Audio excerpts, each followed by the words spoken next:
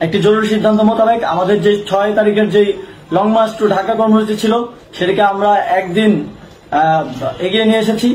অর্থাৎ আগামীকাল 5ই আগস্ট সারা দেশের মুক্তিকামী জনতাকে ঢাকার উদ্দেশ্যে রওনা হওয়ার জন্য আমরা আহ্বান জানাচ্ছি।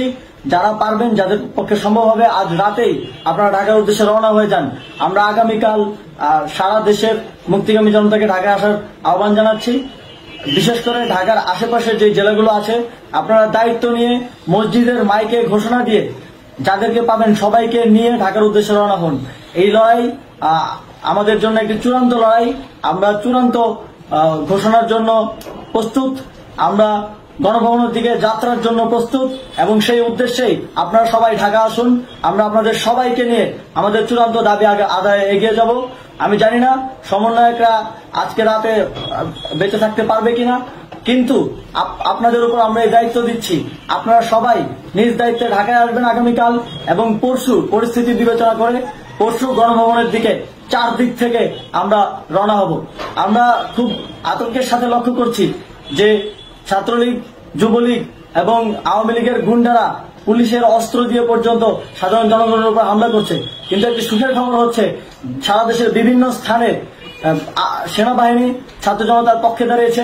আবার কিছু কিছু জায়গায় যেমন মিরপুর ও মোহাম্মদপুরে সেনাবাহিনী ছাত্র জনতার বিপক্ষে দাঁড়িয়ে গুলি চালাচ্ছে। আমরা সেনাবাহিনীর প্রতি আহ্বান জানাতে চাই, আপনারা এদেশের নাগরিক এবং আপনারা এদেশের নিরাপত্তার দায়িত্বে আছেন, এদেশের জনগণের যানবাহনের নিরাপত্তার দায়িত্বে আছেন। আপনারা দেশের পক্ষে এবং দেশের জনগণের জন্য কাজ করবেন। কোন খুনি সরকারের জন্য, কোন খুনি রাজনৈতিক দলের জন্য কাজ করবেন না। এটি এদেশের জনগণ আপনাদের থেকে প্রত্যাশা করে। আমাদের এই আন্দোলনে সম্পূর্ণ সমর্থন দিয়ে হয় নিরপেক্ষ থাকুন অথবা এই খুনি বাহিনীকে, সরকারের খুনি বাহিনীকে প্রতিহত করুন, তাদেরকে যথাযথ শাস্তির আওতায় নিয়ে আসুন।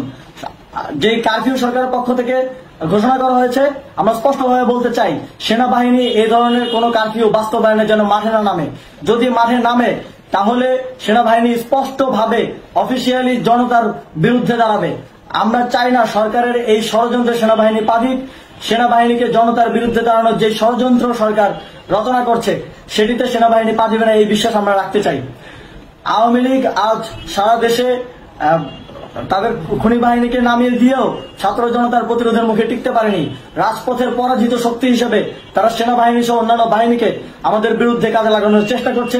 এই চেষ্টাকে, এই ষড়যন্ত্রকে ব্যর্থ করতে হবে এবং আগামীকাল সারা দেশে মসজিদে মসজিদে ঘোষণা দিয়ে ঢাকার উদ্দেশ্যে আপনারা রওনা হন। প্রত্যেকটি পরিবার থেকে অন্ততপক্ষে একজনকে ঢাকার উদ্দেশ্যে রওনা করে দিন, এই ইতিহাসের সাক্ষী হতে, একটি নতুন বাংলাদেশের অভ্যুদয় ঘটানোর একজন কর্মী হতে। ধন্যবাদ সকলকে।